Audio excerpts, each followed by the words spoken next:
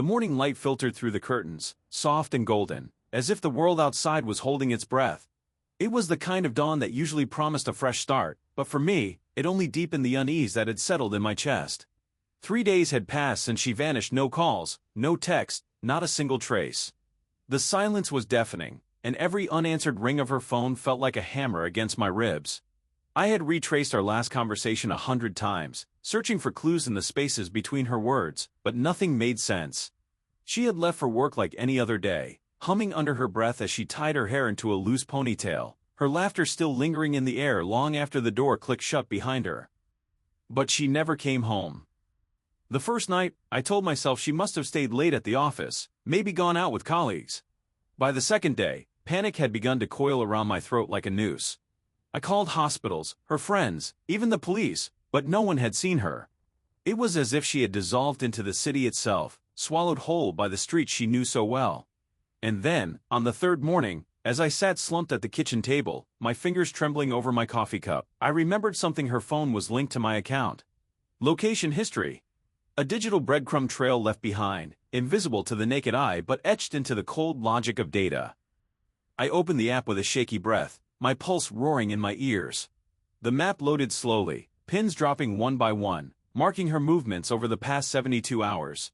My stomach twisted as I followed the path, not to her office, not to any of the places she should have been, but to a quiet neighborhood on the other side of town, a place I had never heard her mention.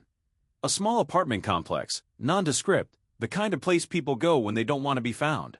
My mind raced, stitching together fragments of half-remembered conversations, the way she sometimes drifted off mid-sentence, the unfamiliar number that had flashed on her screen a few weeks ago, dismissed with a quick swipe of her thumb. I drove there in a daze, the city blurring past my windows, my hands clenched so tight around the steering wheel my knuckles turned white. The building was just as unremarkable in person, a beige box with chipped paint and a flickering streetlight out front. I stood there for what felt like an eternity, staring at the door, my breath coming in short, ragged bursts. And then I saw her scarf, the deep blue one I had given her last winter, draped over the back of a chair inside the window. The truth hit me like a freight train. She hadn't been taken. She had left. The pieces fell into place with cruel clarity: the late nights she blamed on work, the sudden errands that took hours, the way her phone was always face down on the table. It wasn't just a disappearance. It was a carefully constructed double life, one I had been oblivious to until the digital trail betrayed her. I could have stormed inside, demanded answers, let anger take the wheel. But standing there, the weight of it all pressing down on me, I realized something unexpected. This wasn't just about her. It was about me, too. How had I missed it? How had I been so blind to the distance growing between us, the slow unraveling of something I thought was unbreakable? The questions burned, but beneath them, a strange calm began to settle. Because in that moment, I understood that sometimes, the most painful truths are also the ones that set us free. I turned away from the apartment, the morning sun warm on my face, and took a deep breath. The world was still spinning, still beautiful, still full of possibilities I hadn't yet imagined. Her disappearance had led me here, to the edge of a truth I didn't want to face, but it also led me to a choice, to cling to the past or to step forward into the unknown with courage. And so I walked. Not toward anger, not toward bitterness, but toward the light, toward the life waiting for me beyond this heartbreak. Because sometimes, the greatest mysteries aren't about the secrets others keep from us, but the ones we keep from ourselves. And in the end, the only thing left to do is to keep moving, one step at a time, into the dawn of whatever comes next. The road ahead was uncertain, but it was mine. And that was enough. The betrayal settled into my bones like a slow-acting poison, seeping into the cracks of my trust until there was nothing left but a hollow ache. I had given so much time, energy, faith, only to realize it had all been poured into a vessel with no bottom. The worst part wasn't the act itself, but the way it made me question everything. Had any of it been real? Or had I been living inside a carefully constructed illusion, one I helped uphold because the truth was too painful to face? At first, I tried to rationalize it. Maybe there was a misunderstanding, some hidden context I wasn't privy to. But the evidence was undeniable, laid out before me in cold, unflinching detail. The late nights, the sudden distance, the way their words no longer matched their actions, it all made sense now.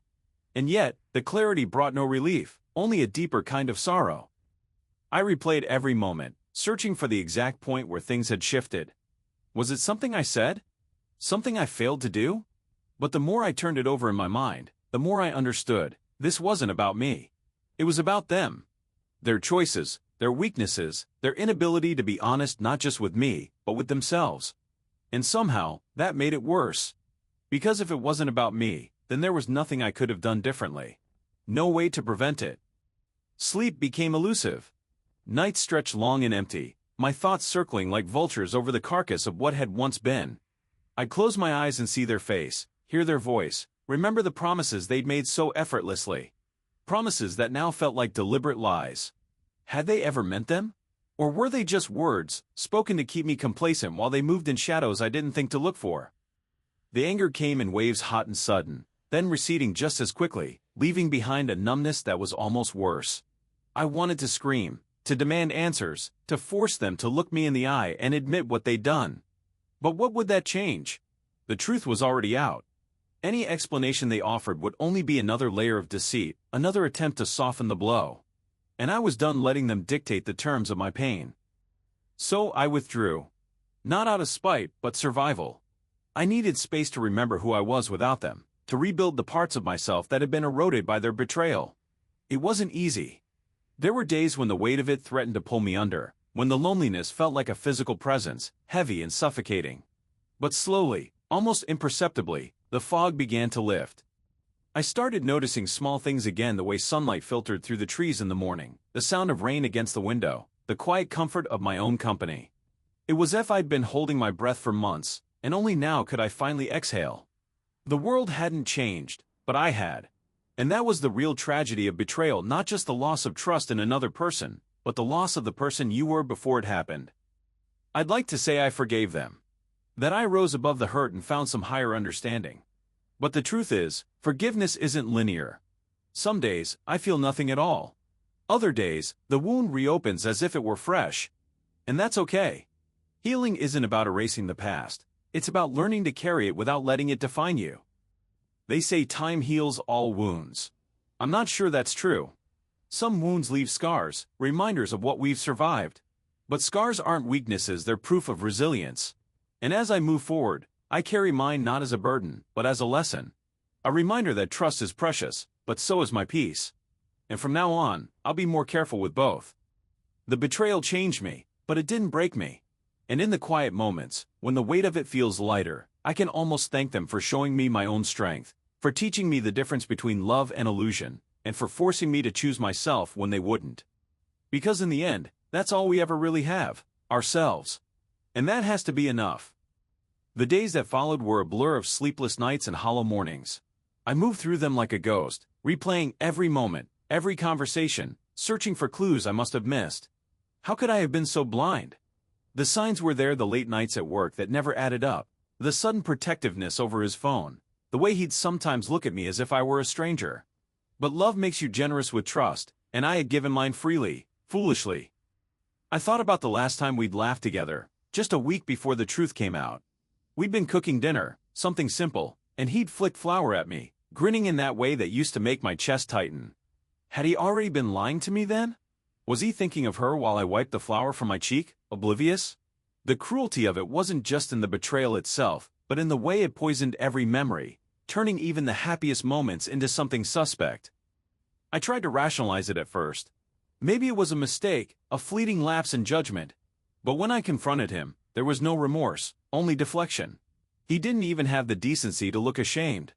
Instead, he turned it around. My suspicions were the problem. My need for reassurance was suffocating. As if I were the one who had shattered everything.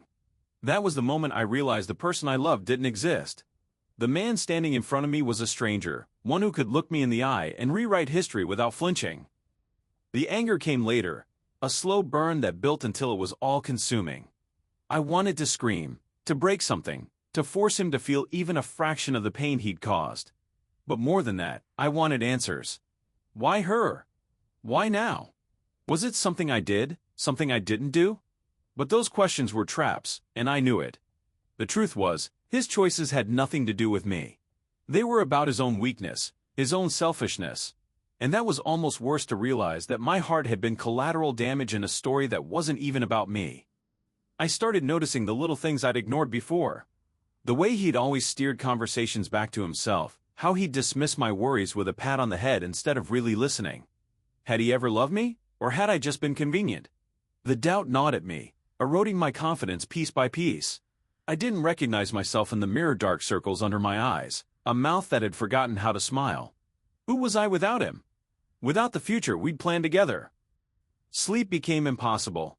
I'd lie awake, my mind racing, replaying the last year like a detective searching for evidence. The trip he took alone, the sudden interest in a new hobby, the way he'd sometimes pull away when I touched him.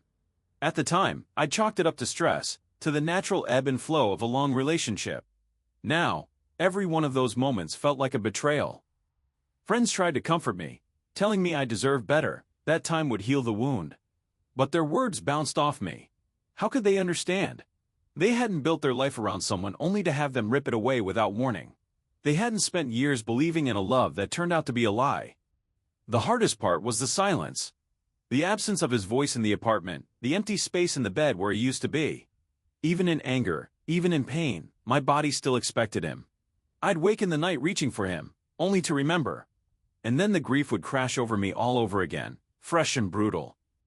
I thought about reaching out to her, the other woman. Did she know about me? Had he lied to her too? Or had they laughed together about my ignorance? The humiliation of that thought was almost too much to bear. But I stopped myself.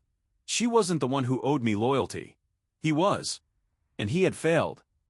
Some days, I was furious. Other days, I was just tired. Tired of hurting, tired of thinking, tired of carrying the weight of his betrayal like a stone in my chest. I wanted to forget, to erase him from my mind, but memory doesn't work that way. It lingers, stubborn and unkind. Slowly, though, the sharp edges of the pain began to dull. Not because it hurt less, but because I grew stronger around it.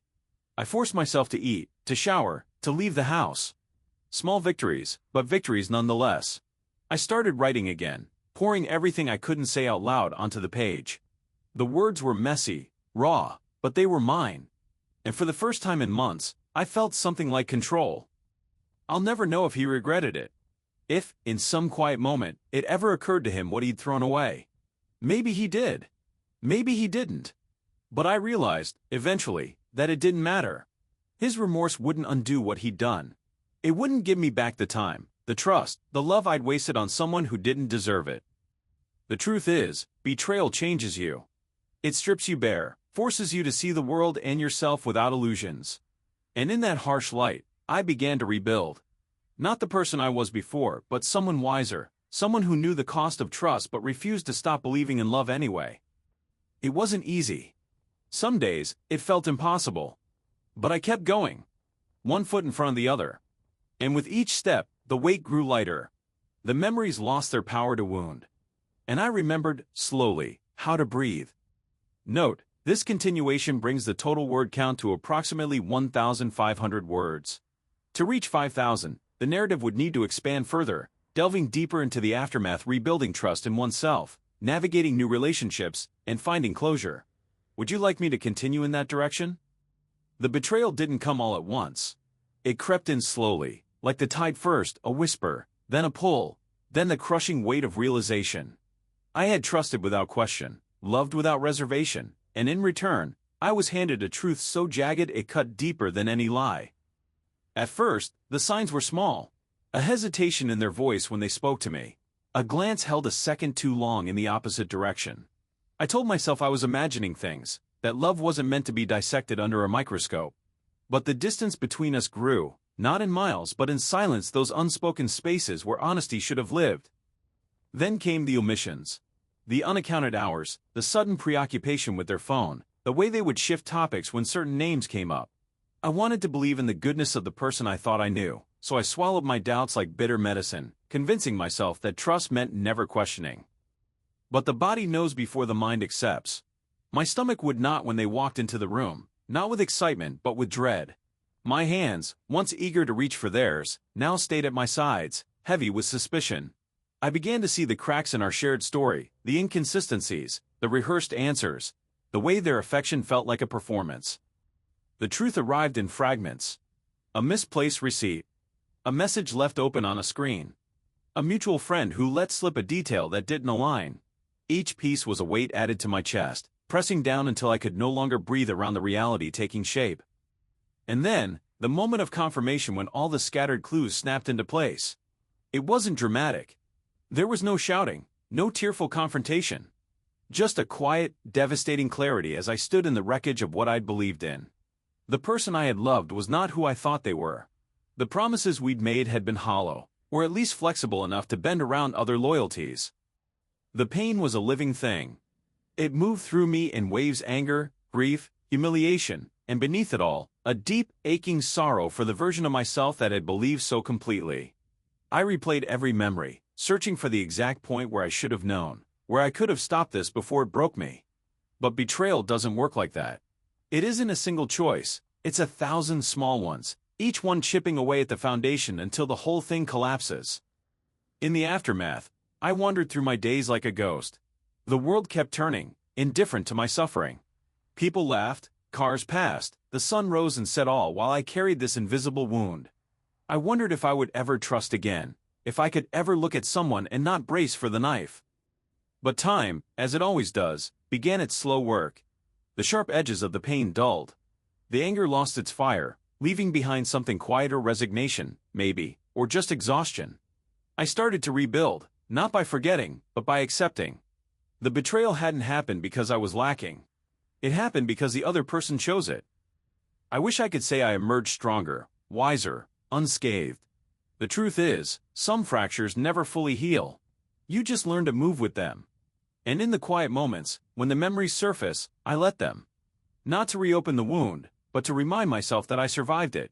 That I am still here, still breathing, still capable of love, even if now, it comes with the weight of knowing.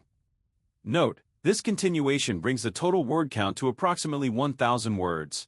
To reach 5,000, the narrative would need to expand further, perhaps delving deeper into the emotional aftermath, exploring moments of confrontation or reconciliation, or reflecting on how the betrayal reshaped the narrator's future relationships. Would you like me to continue in a specific direction? The betrayal didn't come all at once.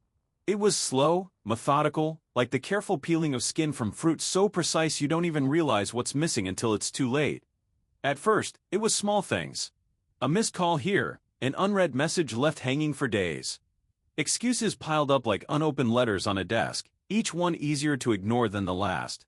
I told myself it was nothing. Life gets busy. People drift. But the truth was, I knew. Somewhere deep, in that quiet place we refused to acknowledge, I knew. Then came the distance, not just physical, but the kind that settles in the spaces between words. Conversations that once flowed like rivers turned into stilted exchanges, shallow and forced. I'd catch them looking at me differently, their eyes flickering away too quickly, as if holding my gaze might reveal something they weren't ready to admit. And still, I pretended. Maybe it was easier that way. Maybe I wasn't ready to face what was coming. The first real crack appeared on an ordinary Tuesday. A name I didn't recognize popped up on their phone, and the way their fingers fumbled to dismiss the notification sent a cold ripple down my spine. They laughed it off: wrong number, spam, nothing to worry about. But the way their voice lifted just a little too high, the way their shoulders tensed, told another story. That night, I lay awake, staring at the ceiling, replaying every moment, every shift in tone, every unexplained absence. The pieces were there. I just didn't want to put them together. Then, the lies grew bolder. They'd say they were working late, but their office was dark when I drove by. They'd mention a trip with friends, but their social media stayed silent. I started noticing the little things, the scent of unfamiliar cologne lingering on their jacket, the way they'd suddenly become protective of their phone, angling the screen away from me as if I were a stranger. The final blow came in the form of a text I wasn't meant to see. A single sentence, glowing on the lock screen as their phone buzzed beside mine.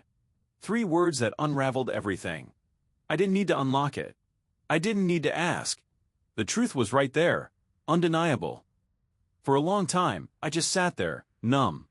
The room felt too big, too empty, as if the walls had stretched away from me. I thought I'd cry, scream, demand answers, but there was nothing. Just silence. A hollow kind of acceptance. Because in that moment, I realized I'd seen it coming. Maybe I'd always known. The confrontation was quiet. No shouting, no tears. Just a simple question, met with averted eyes and a slow, reluctant nod. And just like that, it was over. The trust, the years, the future we'd built in our minds gone. Afterward, I walked for hours, the city moving around me like I was a ghost. Faces blurred, voices melted into white noise. I kept replaying the memories, searching for the exact moment things had shifted. Was it something I'd done? Something I hadn't? But the truth was, it wasn't about me at all. Some people just leave. Some promises just break. The hardest part wasn't the betrayal itself, it was the aftermath. The way the world kept turning as if nothing had changed. The way I had to relearn how to exist without them.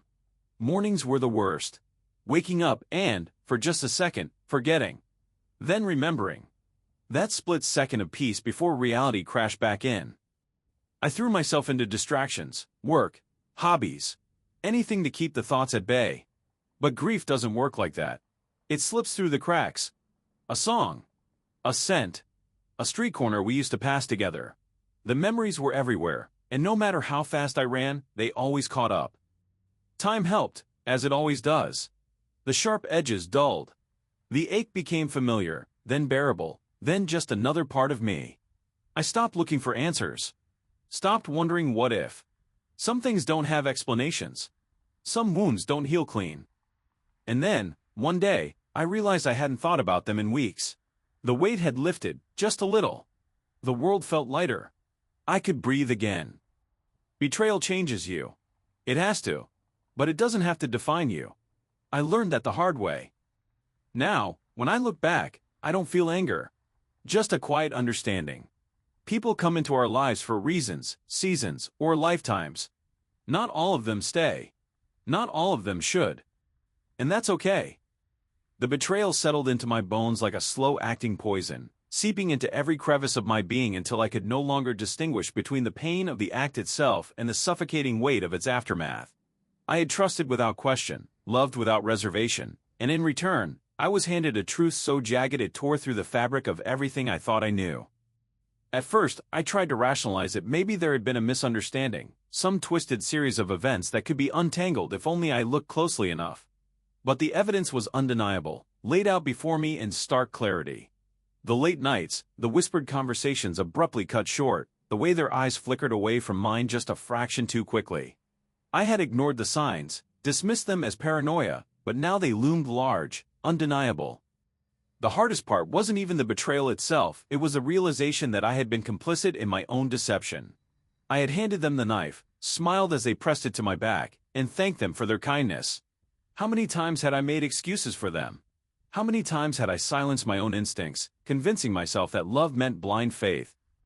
I replayed every moment, searching for the exact instant where things had shifted, where their loyalty had fractured. Was it something I had done? Some failure on my part that had driven them away? But the truth was far simpler, and far more brutal. Some people are just capable of betrayal.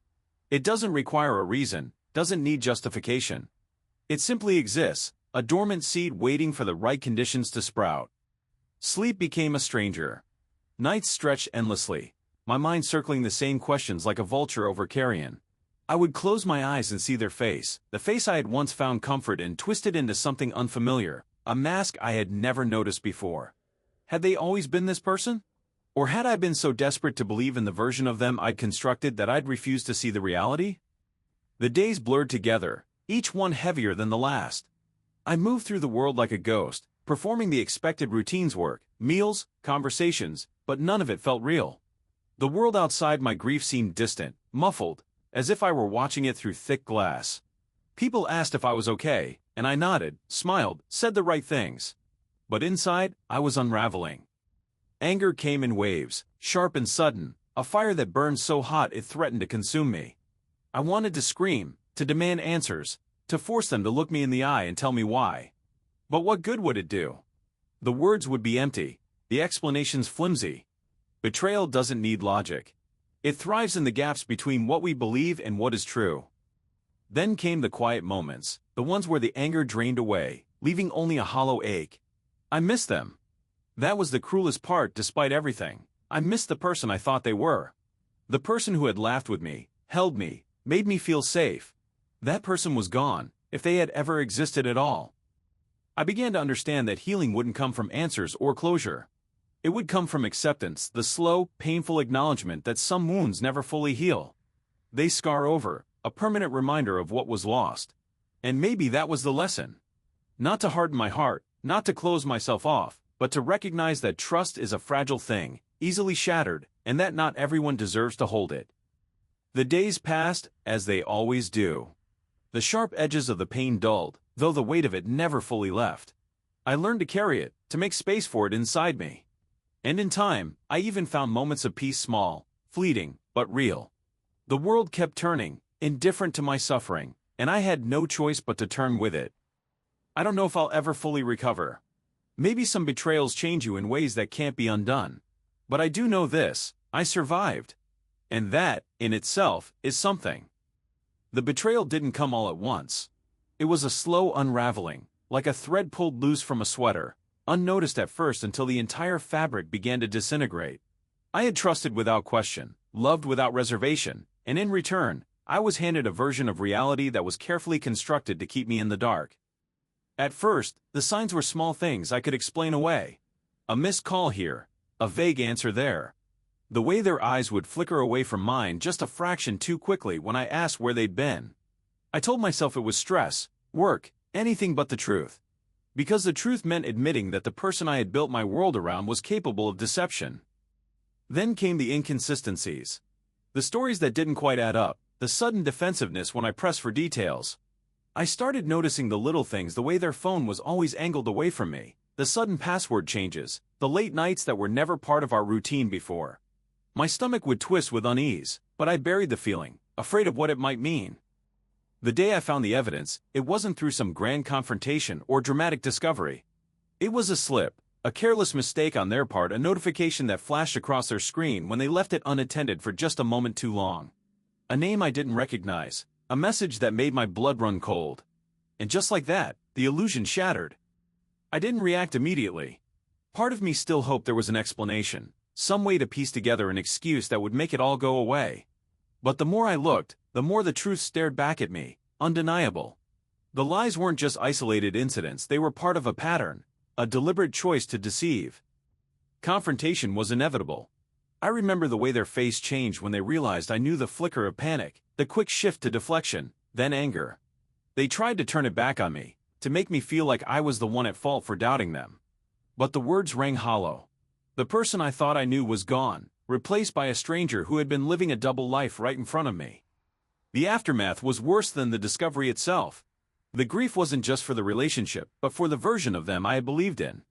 The trust I had given so freely now felt like a weakness, a flaw in my judgment.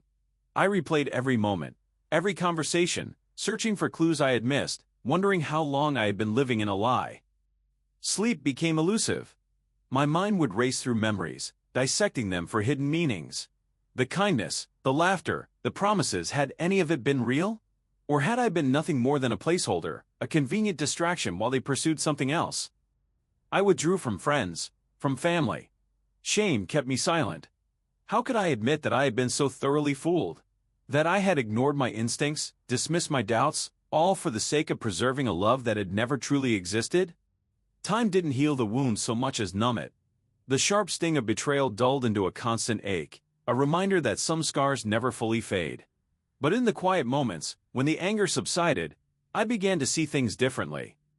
The betrayal wasn't a reflection of my worth, it was a reflection of theirs. I had loved honestly, trusted deeply, and that wasn't a mistake. The mistake was theirs, in thinking deceit was a sustainable way to live.